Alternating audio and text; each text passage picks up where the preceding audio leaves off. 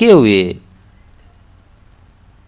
यात्री होते हैं, वो वहां आकर के बैठते हैं, शांति प्राप्त करते हैं और उस चुंबक की तरफ, उस शांति की तरफ कुदरती सारी दुनिया खींच के आने लग जाती है। इसलिए इस राधा स्वामी पंथ का, मेरे सदगुरु का यही संदेश है कि जो प्रेम है वो व्यावहारिक धर्म है।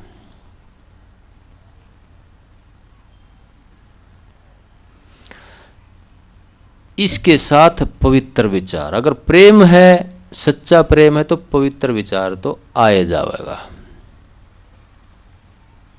देखो, जैसी गंध होती है ना आदमी में, वैसी चीजों को आकर्षित कर लेता है। कहते हैं कि बिजली, जो आकाश आसमान से बिजली पड़ती है ना, वो भी ऐसी जगह पड़ती है जहां गंदगी होती है।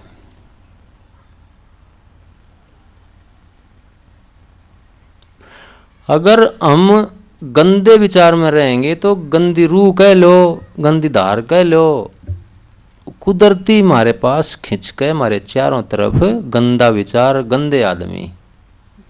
रूह का मतलब कोई मेरा भूत प्रेत से नहीं है, कुछ नहीं होता भूत प्रेत, भूल जाओ।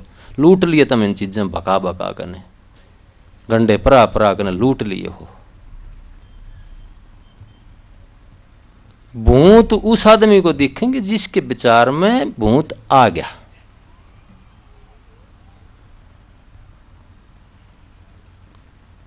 सुबह से शाम तक सतगुरु की चर्चा कर लेना, सपने में सतगुरु दिखेंगे आपको। सुबह से शाम तक भूतों की डरावनी किताब पढ़ लेना, चर्चा कर लेना, सपने में भूत दिखेंगे आपको। डर डर कर उठ उठ कर भागने लगोगे आप। बाहर अगर थोड़ा सा भी पत्ते का खुड़का हो गया है,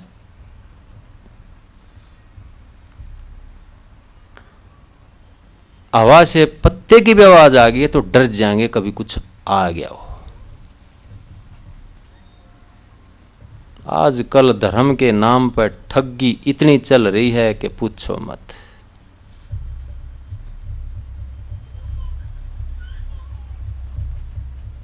किसी देवता की तस्वीर बनाते हैं, कहीं से पानी टपकने लग जाता है, कहीं से दूध, कहीं पानी पीने लग जाती हैं। क्यों? एक आस्था का केंद्र जब बनता है तो वहां लोगों की भीड़ लगती है, पैसे चढ़ते हैं, चढ़ावा चढ़ता है, लूट खसोट चली हुई है भगा करके। कि हनुमान जी की आंखों से आंसू गिरते हैं, महावीर स्वामी की मूर्ति का रंग बदल गया है, बालाजी के नाम पर हनुमान जी को बदनाम कर दिया है।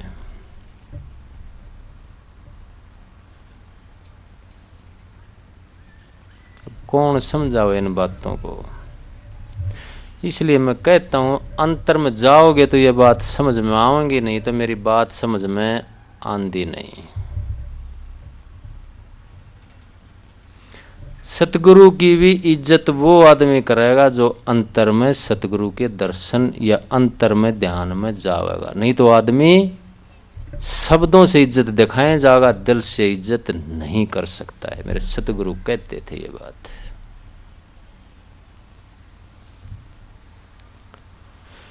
इसलिए एक धर्म के नाम पे बड़ी लूट खसोट मची हुई है।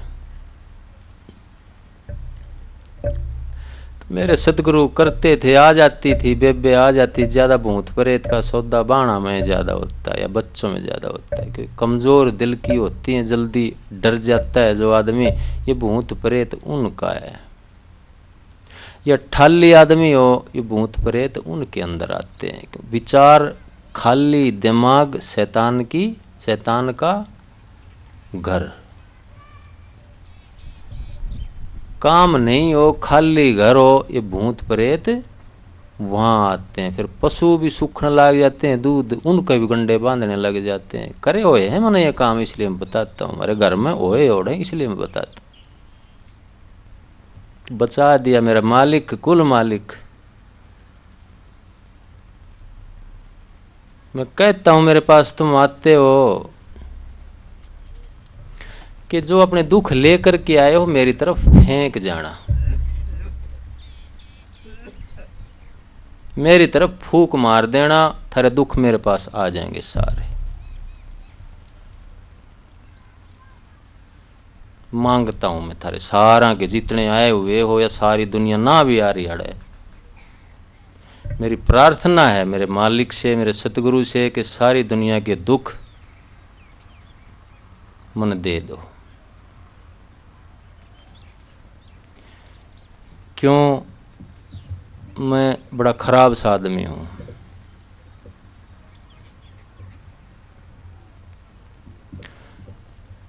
मैंने दो बात सुन लिया, पढ़ ली, मेरी कोशिश यार है कि उस आगे की कोई बात हो तो वह मैं सोचूं।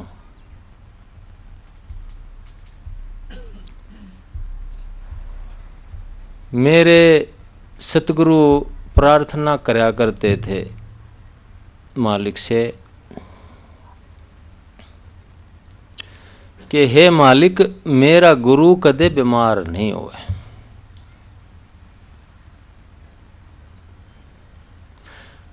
उसके दुख मेरे को दे देना।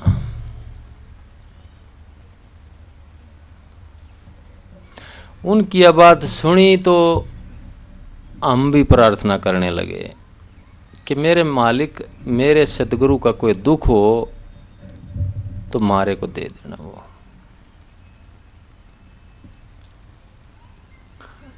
क्यों? मेरे सतगुरु कहा करते थे जो संत होते हैं ना वो अपना अलग जीवन जी करके जाते हैं, वो सड़क के नहीं मरते। उनके दिमाग में ये भाव था कि मेरे सतगुरु कदे बीमार हुए नहीं, हुए भी नहीं, 90 साल के थे अरमान साहब, बीमार नहीं हुए एक दिन भी।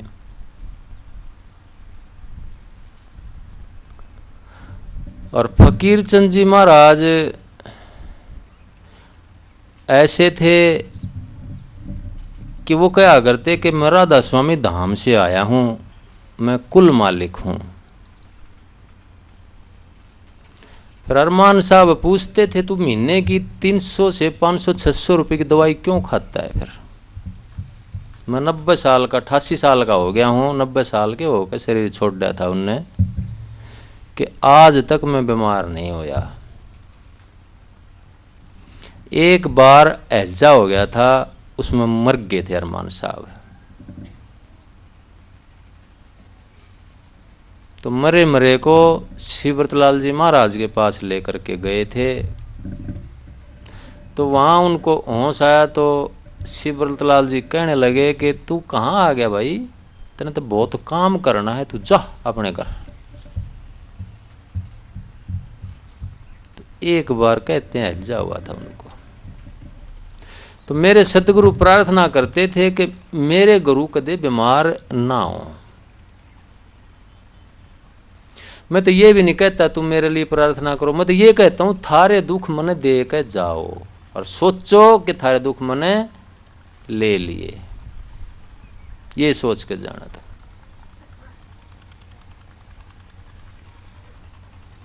फिर दूसरी बात कौन सी सुनी कि ऋषि फल्गु हुए हैं, मेला भरता है ना, आज का मेला है वहां।